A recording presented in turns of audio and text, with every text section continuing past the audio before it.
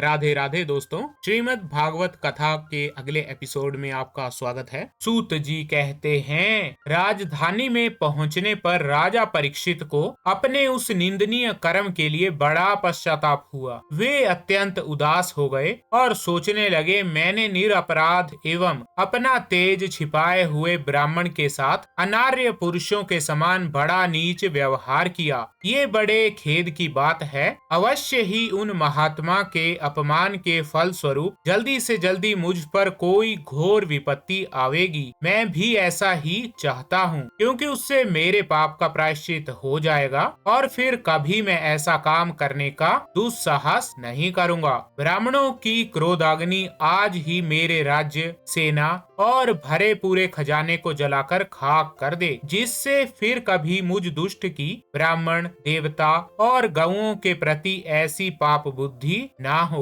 वे इस प्रकार चिंता कर ही रहे थे कि उन्हें मालूम हुआ ऋषि कुमार के साप से तक्षक मुझे डसेगा। उन्हें वो धधकती हुई आग के समान तक्षक का डसना बहुत भला मालूम हुआ। उन्होंने सोचा कि बहुत दिनों से मैं संसार में आसक्त हो रहा था, अब मुझे शीघ्र वैराग्य होने का कारण प्राप्त हो गया। वे इस लोक और परलोक के भोगों को तो पहले से ही तुच्छ और त्याज्य समझते थे। अब उनका स्वरूपतः त्याग करके भगवान श्री कृष्ण के चरण कमलों की सेवा को ही सर्वोपरि मानकर आमरण अनशन व्रत लेकर वे गंगा तट पर बैठ गए। गंगा जी का जल भगवान श्री कृष्ण के चरण कमलों का वो पराग लेकर प्रवाहित होता है जो श्रीमती तुलसी की गंध से मिश्रित है। यही कारण है कि वे लोकपालों के सहित ऊपर नीचे के समस्त लोकों को पवित्र करती हैं। कौन ऐसा मरणासन पुरुष होगा जो उनका सेवन ना करेगा। इस प्रकार गंगा जी के तट पर आमरण अनशन का निश्चय करके उन्होंने समस्त आसक्तियों का परित्याग कर दिया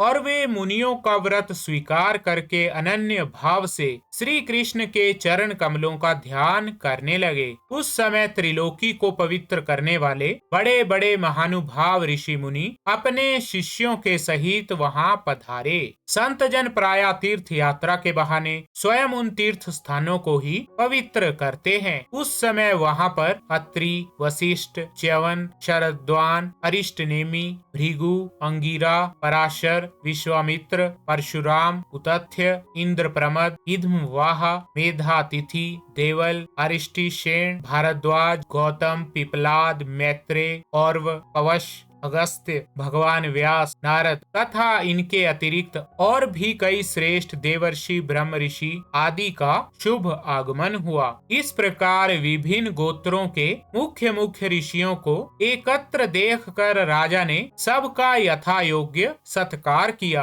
और उनके चरणों पर सिर रखकर वंदना की। जब सब लोग आराम से अपने अपने आसनों पर बैठ गए, तब महाराज परीक्षित ने उन्हें फिर से प्रणाम किया और उनके सामने खड़े होकर शुद्ध हृदय से अंजलि बांध कर वे जो कुछ करना चाहते थे उसे सुनाने लगे। राजा परीक्षित ने कहा, अहो, समस्त राजाओं में हम धन्य हैं, धन्यतम हैं, क्योंकि अपने शील स्वभाव के कारण हम आप महापुरुषों के कृपा पात्र बन गए हैं। राजवंश के लोग प्रायः निंदित कर्म करने के कारण ब्राह्मणों के चरण धोवन से दूर पड़ जाते हैं। ये कितने खेद की बात है। निरंतर देह गेह में आसक्त रहने के कारण मैं भी पाप रूप ही हो गया हूँ। इसी से स्वयं भगवान ही ब्राह्मण के शाप के रूप में मुझ पर कृपा करने के लिए पधारे हैं। ये शाप वैराग्य उत्पन्न करने वाला है, क्योंकि इस प्रकार के शाप से